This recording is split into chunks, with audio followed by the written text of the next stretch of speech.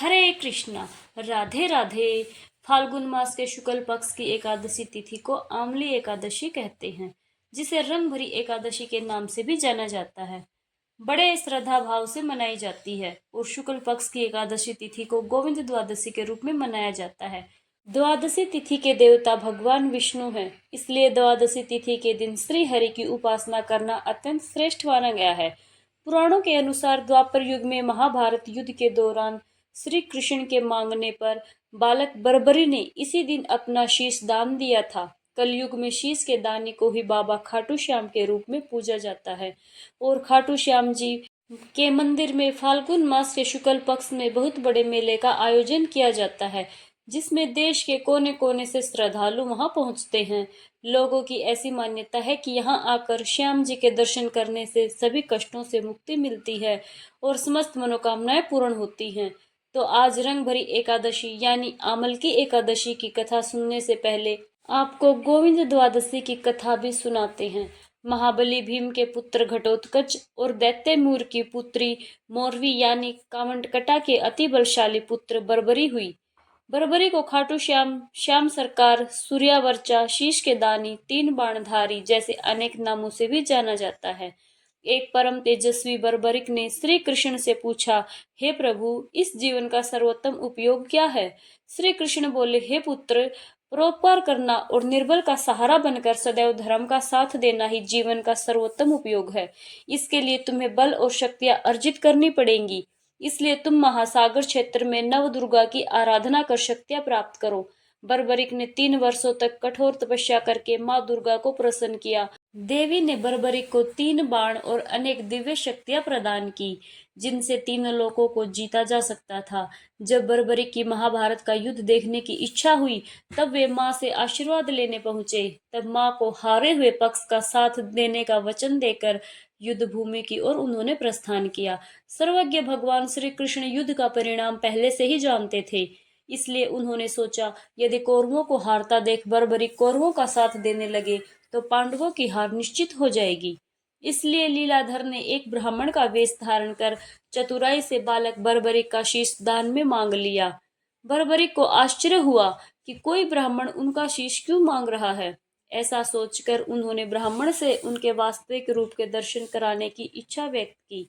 तब श्री कृष्ण ने उन्हें अपना विराट रूप दिखाया। बर्बरिक ने उनसे प्रार्थना की कि वह अंत तक युद्ध देखना चाहते हैं।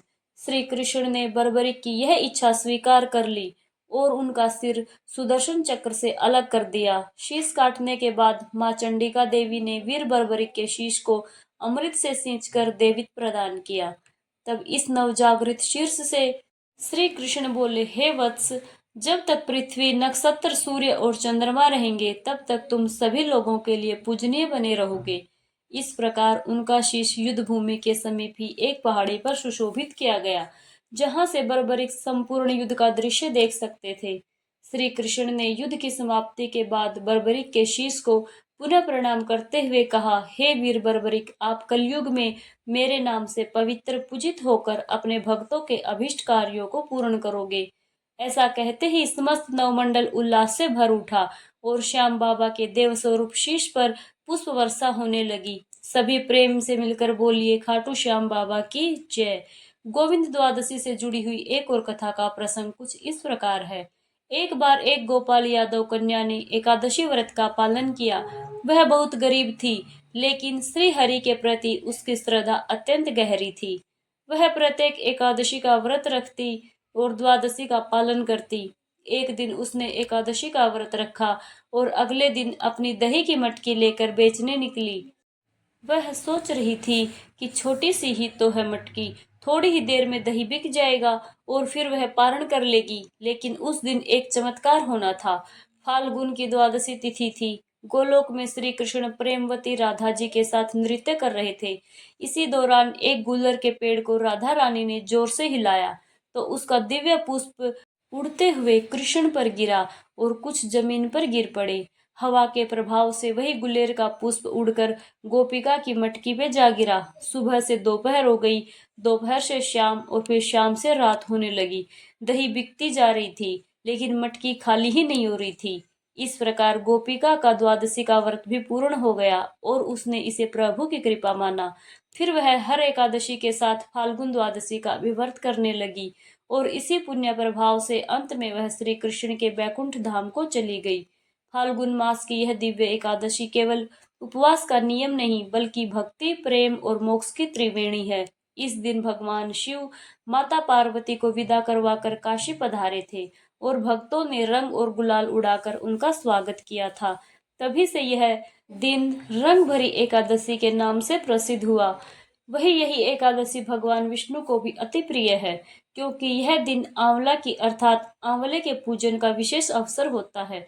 आंवला सप्त गुण का प्रतीक है और उसकी छाया में भगवान श्री हरि की आराधना करने से भक्त के सभी पाप कट जाते हैं तथा वह सभी सांसारिक बंधनों से मुक्त होकर मुक्ति प्राप्त करता है। काशी के घाटों पर जब भगवान शिव के भक्त रंगों से सरोबार होकर जय घोष करते हैं, तब विष्णु भक्त आंवले के नीचे दीप जलाकर श्री हरि की उपासना करते हैं और इस पावन तिथि पर श्री शिव और श्री विष्णु की भक्ति एक साथ प्रवाहित होती है, जिससे भक्त दोनों की कृपा प्राप्त कर सकते हैं, ईश्वरीय आनंद का अनुभव करते हैं। तो आइए प्रिय श्रोताओं, सांसारिक बंधनों से मुक्ति दिलाने वाली इस पवित्र और दिव्य कथा का शुभारंभ करते हैं। शीतल और मंद पवन बह रही थी, गगन में शुभ्र प्रकाश फैला हुआ था। द्वारिका नगरी में भगवान श्री कृष्ण अपने दिव्य रथ पर आरूढ़ होकर धर्मराज युधिष्ठिर के राजमहल की ओर प्रस्थान कर रहे थे। स्वर्ण जनित रथ पर विराजमान श्री कृष्ण का तेज ऐसा प्रतीत हो रहा था मानो सहस्त्र सूर्य का प्रकाश एक साथ प्रकट हो गया हो। उनके साथ गरुड़ भी आकाश में उड़ान भर रहे थे और मार्ग में देवगण पुष्पों की वर्षा कर रहे थे। राजमहल में धर्मराज युधिष्ठिर सहित समस्त पांडव, माता कुंती और द्रौपदी व्याकुलता से उनकी प्रतीक्षा कर रहे थे। जैसे श्री कृष्ण पधारे, महल के प्रांगण में श्री कृष्ण गोविंद हरे मुरारी मधुर स्वर गूंज उठे। धर्मराज युधिष्ठिर ने भी श्री कृष्ण को प्रणाम कर कहा, हे मधुसूदन, कृपया हमें बताइए कि फाल्गुन शुक्ल एकादशी, जिसे आमल की एकादशी कहा जाता है, उसका क्या महत्व है। इस दिन व्रत करने से क्या लाभ होता है। तब भगवान श्री कृष्ण ने मंद मुस्कान के साथ कहा, हे राजन, यह व्रत समस्त पापों का नाश करने वाला, पुण्य देने वाला और मोक्ष प्रदान करने वाला है। इसके पालन से मनुष्य को वैकुंठ की प्राप्ति होती है और इसके समस्त दुखों का अंत हो जाता है। इस व्रत का प्रभाव इतना महान है कि स्वयं भगवान विष्णु भी इसे श्रेष्ठ बताते हैं। अब आइए इस पावन और दिव्य एकादशी की कथा का श्रवण करें, जिससे हम सभी को श्री हरि की कृपा प्राप्त हो और जीवन में सुख, शांति और समृद्धि का वास हो। धर्मराज युधिष्ठिर ने भगवान श्री कृष्ण से पुनः कहा, हे कृष्ण, मैंने विजय एकादशी का महात्म्य, जो महान फल देने वाला है, सुन लिया। अब कृपया करके फाल्गुन शुक्ल पक्ष की एकादशी का नाम और महात्म्य भी बताइए। तब भगवान श्री कृष्ण बोले, महाभाग, सुनो, तुम्हें इस समय वह प्रसंग सुनाता हूँ जिसे राजा महान धनंता के पूछने पर एक समय महात्मा वशिष्ठ जी ने कहा था। फाल्गुन शुक्ल पक्ष की एकादशी का नाम अमल की एकादशी है। इसका पवित्र व्रत विष्णु लोक की प्राप्ति करवाने वाला है। राजा माधंता ने पूछा, हे देवश्रेष्ठ, यह अमल की कब उत्पन्न हुई, कृपया मुझे बताइए। तब वशिष्ठ जी ने कहा, महाभाग्य, अब मैं तुम्हें बताता हूँ अमल की उत्पत्ति किस प्रकार हुई। अमल की एक महान वृक्ष है जो सभी पापों को नाश करने वाला है। भगवान श्री विष्णु के थूकने पर उनके मुख से चंद्रमा के समान कांत एक बिंदु प्रकट हुआ। वह बिंदु पृथ्वी पर गिरा और उसी से आंवले की अर्थात आंवले का महान वृक्ष उत्पन्न हुआ। यह सभी वृक्षों का आदिभूत कहलाता है। इसी समय समस्त प्रजाजनों की सृष्टि करने के लिए भगवान ने ब्रह्मा जी को उत्पन्न किया। उन्हीं से इन प्रजा की सृष्टि हुई। देवता, दानव, गंधर्व, यक्ष, राक्षस, नाग तथा निर्मल अंतःकरण वाले महर्षियों को ब्रह्मा जी ने जन्म दिया। उनमें से देवता और ऋषि उस स्थान पर आए जहाँ विष्णु प्रिया आमलकी का वृक्ष था। महाभाग, उसे देखकर देवताओं को बड़ा विस्मय हुआ। वे एक दूसरे की ओर दृष्टिपात करते हुए उत्कंठा पूर्वक उस वृक्ष की ओर देखने लगे और खड़े खड़े सोचने लगे कि पाकड़ आदि वृक्ष तो पूर्व कल्प की ही भांति है, जो सब के सब हमारे परिचित हैं, किंतु इस अद्भुत वृक्ष को हम नहीं जानते। उन्हें इस प्रकार चिंता करते देखकर तभी आकाशवाणी हुई, महर्षियों, यह सर्वश्रेष्ठ आमलकी का वृक्ष है। जो श्री विष्णु को अत्यंत प्रिय है। केवल इसके स्मरण मात्र से गौदान का फल प्राप्त होता है। स्पर्श करने से उससे भी 2 गुना फल मिलता है और इसका भक्षण करने से 3 गुना पुण्य प्राप्त होता है। इसलिए सदा प्रयत्न पूर्वक आमलकी का सेवन करना चाहिए। यह सभी पापों का नाश करने वाला है। वैष्णव वृक्ष बताया गया है। इसके मूल भाग में श्री विष्णु, ऊपरी भाग में श्री ब्रह्मा, स्कंद में परमेश्वर भगवान रुद्र, शाखाओं में मुनि, टहनियों में देवता, पत्तों में वसु, फूलों में मरुदंग और फलों में स्वस्थ प्रजापति निवास करते हैं। आमलकी को सर्वदेव में कहा गया है। ऋषि बोले, हे अव्यक्त स्वरूप से वाणी करने वाले महापुरुष, हम आपको क्या समझें? आप कौन हैं? देवता हैं या कोई और? कृपया हमें ठीक ठीक बताइए। तभी आकाशवाणी हुई, जो संपूर्ण भूतों के कर्ता हैं, समस्त भवनों के सृष्टा हैं, जिन्हें विद्वान पुरुष भी कठिनाई से देख पाते हैं, वही सनातन विष्णु मैं हूँ। देव आदि देव भगवान विष्णु का यह वचन सुनकर उन ब्रह्म कुमार महर्षियों के नेत्र आश्चर्य से फैल गए। वे अत्यंत विस्मित हुए और आदि अंतर रहित भगवान की स्तुति करने लगे। ऋषि बोले, संपूर्ण भूतों के आत्मभूत आत्मा एवं परमात्मा को नमस्कार है। अपनी महिमा से कभी ना घटने वाले अचित को नित्य प्रणाम है। अंतर रहित परमेश्वर को बारंबार प्रणाम है। दामोदर कवि और यज्ञेश को नमस्कार है। मायापति आपको प्रणाम है। आप सबके स्वामी हैं, आपको हमारा नमन है। ऋषियों की इस प्रकार की स्तुति से भगवान श्री हरि प्रसन्न हुए और बोले, महर्षियों, तुम्हें कौन सा अभिष्ट वरदान दूं? ऋषि बोले, भगवान, यदि आप हम पर संतुष्ट हैं तो हमारे हित के लिए कोई ऐसा व्रत बताइए जो स्वर्ग और मोक्ष रूपी फल प्रदान करने वाला हो।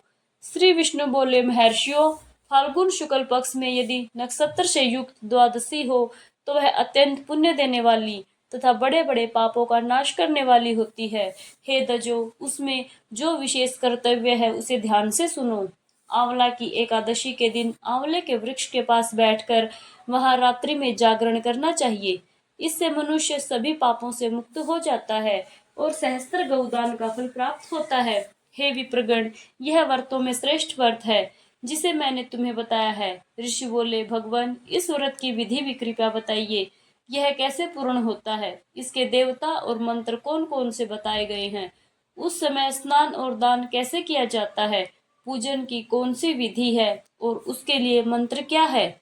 इन सब बातों का यथार्थ रूप से कृपया वर्णन कीजिए। भगवान श्री विष्णु बोले, हे दजो, इस व्रत की जो उत्तम विधि है, अब उसे ध्यान पूर्वक सुनो।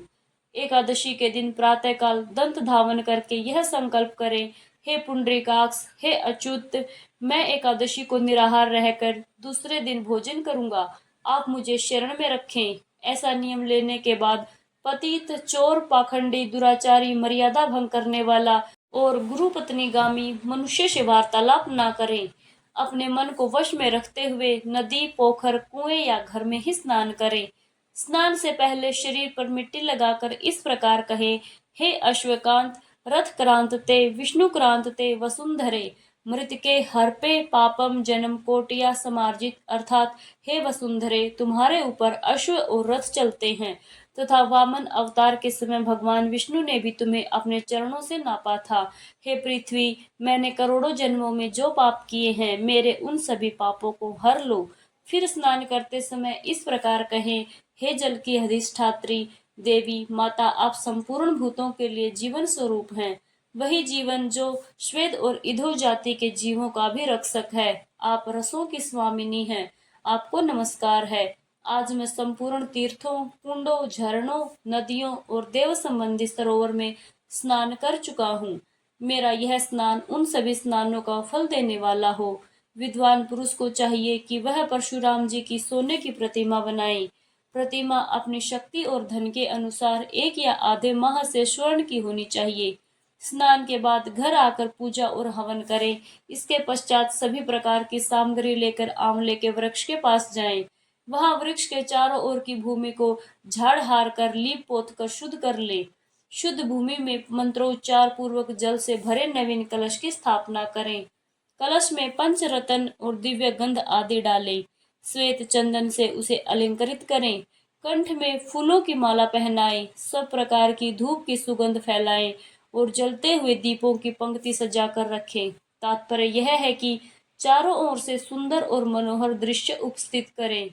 पूजा के लिए नया छाता, जूता और वस्त्र भी मंगवा कर रख ले। कलश के ऊपर एक पात्र रखकर उसे दिव्य लाजो अर्थात खीलों आदि से भर दे और फिर उसके ऊपर स्वर्ण में परशुराम जी की स्थापना करें।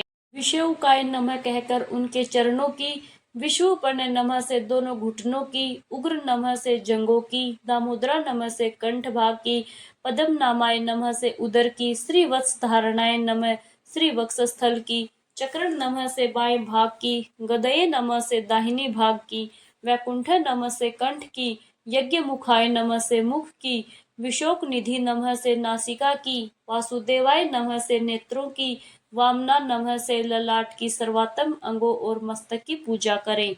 यही इस पूजा के मंत्र हैं। इसके बाद भक्ति युक्त चित्त से शुद्ध फल के द्वारा देव आदिदेव परशुराम जी को अर्घ्य प्रदान करें।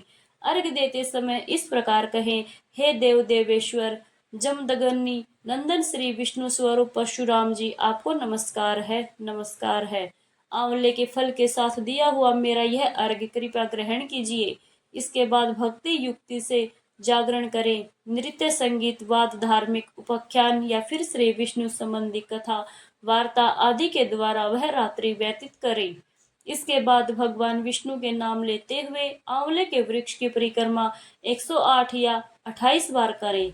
फिर सवेरा होने पर श्री हरि की आरती करें। ब्राह्मण की पूजा करके वहां की समस्त सामग्री उसे निवेदन कर दें। परशुराम जी का कलश, 2 वस्त्र, जूता आदि सभी वस्तुएं दान कर दें और यह भावना करें कि परशुराम जी के स्वरूप वह भगवान श्री विष्णु मुझ पर प्रसन्न हों। इसके बाद आमलकी का स्पर्श करके उसकी प्रदक्षिणा अर्थात परिक्रमा करें और स्नान करने के बाद विधि पूर्वक ब्राह्मणों को भोजन करवाएं।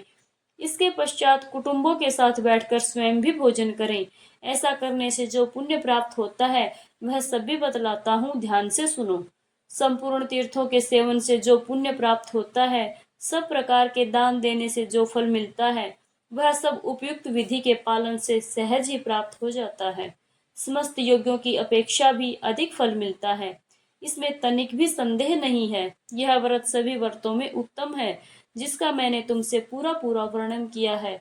वशिष्ठ जी कहते हैं, हे महाराज, इतना कहकर देवेश्वर भगवान विष्णु वही अंतर्ध्यान हो गए। इसके बाद उन समस्त महर्षियों ने उक्त व्रत का पूर्ण रूप से पालन किया। हे राजन, इस प्रकार तुम्हें भी इस व्रत का अनुष्ठान अवश्य करना चाहिए। भगवान श्री कृष्ण कहते हैं, हे युधिष्ठिर, यह दुर्लभ व्रत मनुष्य को सभी पापों से मुक्त करवाने वाला है। अब मैं तुम्हें आमलकी एकादशी व्रत से जुड़ा हुआ एक प्रसंग भी सुनाता हूँ, ध्यानपूर्वक सुनो। जिसे एक समय राजा माधंता के पूछने पर महर्षि वशिष्ठ जी ने कहा था, एक बार वेदिस नाम का एक नगर था, जिसमें ब्राह्मण, क्षत्रिय, वैश्य और शूद्र चारों वर्ण आनंदित सहित रहते थे। उस नगर में सदैव वेद ध्वनि गूंजती रहती थी तथा पापी, दुराचारी और नास्तिक वहां कोई नहीं था। उस नगर में चैत्र नाम का एक वंशी राजा राज्य करता था। वह अत्यंत विद्वान और धर्मात्मा था। उस नगर में कोई भी व्यक्ति दरिद्र या कंजूस नहीं था। सभी नगरवासी विष्णु जी के भक्त थे और आबाल वृद्ध, स्त्री पुरुष सब एकादशी का व्रत किया करते थे। एक समय फाल्गुन माह के शुक्ल पक्ष की आमलकी एकादशी आई। उस दिन राजा, प्रजा और बाल वृद्ध सभी ने हर्ष पूर्वक व्रत किया। राजा अपनी प्रजा के साथ मंदिर में जाकर पूर्ण कुंभ स्थापित करके धूप, दीप, नैवेद्य, पंचरत्न आदि से धात्री अर्थात आंवले का पूजन करने लगे और इस प्रकार स्तुति करने लगे, हे धात्री, आप ब्रह्म स्वरूप हो, आप ब्रह्मा जी द्वारा उत्पन्न हुए हो और समस्त पापों का नाश करने वाले हो, आपको नमस्कार है। अब आप मेरा अर्घ्य स्वीकार करो। आप श्री रामचंद्र जी द्वारा सम्मानित हो। मैं आपकी प्रार्थना करती हूँ, अतः आप मेरे समस्त पापों का नाश करो। फिर उस मंदिर में सभी ने रात्रि को जागरण भी किया। रात के समय वहां एक बहेलिया आया, जो अत्यंत पापी और दुराचारी था। वे अपने कुटुंब का पालन जीव हत्या करके करता था। भूख और प्यासे अत्यंत व्याकुल वह बहेलिया इस जागरण को देखने के लिए मंदिर के कोने में बैठ गया और विष्णु भगवान तथा एकादशी महात्म्य की कथा सुनने लगा। इस प्रकार अन्य मनुष्यों की तरह उसने भी सारी रात जागकर बिता दी। प्रातःकाल होते ही सब लोग अपने घर चले गए, तो बहेलिया भी अपने घर चला गया। घर जाकर उसने भोजन किया। कुछ समय बीतने के पश्चात उस बहेली की मृत्यु हो गई, मगर उस आमला एकादशी के व्रत और जागरण के प्रभाव से उसने अगले जन्म में राजा विदुर के घर जन्म लिया और उसका नाम वसुतम पड़ा। वह चतुरंगी सेना सहित तथा धन धान्य से युक्त होकर 10,000 ग्रामों का पालन करने लगा। वह तेज में सूर्य के समान, कांत में चंद्रमा के समान, वीरता में भगवान विष्णु के समान और क्षमा में पृथ्वी के समान था। वह अत्यंत धार्मिक, सत्यवादी, कर्मवीर और विष्णु भक्त था। वह प्रजा का समान भाव से पालन करता था। दान देना उसका नित्य कर्तव्य था। एक दिन राजा शिकार खेलने के लिए गया। देव योग से वह मार्ग भूल गया और दिशा ज्ञान न रहने के कारण वह उसी वन में एक वृक्ष के नीचे सो गया। थोड़ी देर बाद पहाड़ी मलिच वहां पर आ गए और राजा को अकेला देखकर मारो मारो शब्द कहते हुए राजा की ओर दौड़ पड़े। मलिच कहने लगे, इस दुष्ट राजा ने हमारे माता पिता, पुत्र पौत्र आदि अनेक संबंधियों को मारा है और देश से निकाल दिया गया है, अतः इसको अवश्य मारना चाहिए। ऐसा कहकर वह मलिच उस राजा को मारने दौड़े और अनेक प्रकार के अस्त्र शस्त्र उसके ऊपर फेंकने लगे। वह सब अस्त्र शस्त्र राजा के शरीर पर गिरते ही नष्ट हो जाते और उनका वार पुष्प के समान प्रतीत होता। अब देखते ही देखते उन अलिच्छों ने अस्त्र शस्त्र उल्टे उन्हीं पर प्रहार करने शुरू कर दिए, जिससे वह मूर्छित होकर गिरने लगे। उसी समय राजा के शरीर से एक दिव्य स्त्री उत्पन्न हुई। वह स्त्री अत्यंत सुंदर होते हुए भी उसकी भ्रुकुटी टेढ़ी थी। उसकी आंखों से लाल लाल अग्नि निकल रही थी, जिससे वह दूसरे काल के समान प्रतीत होती थी।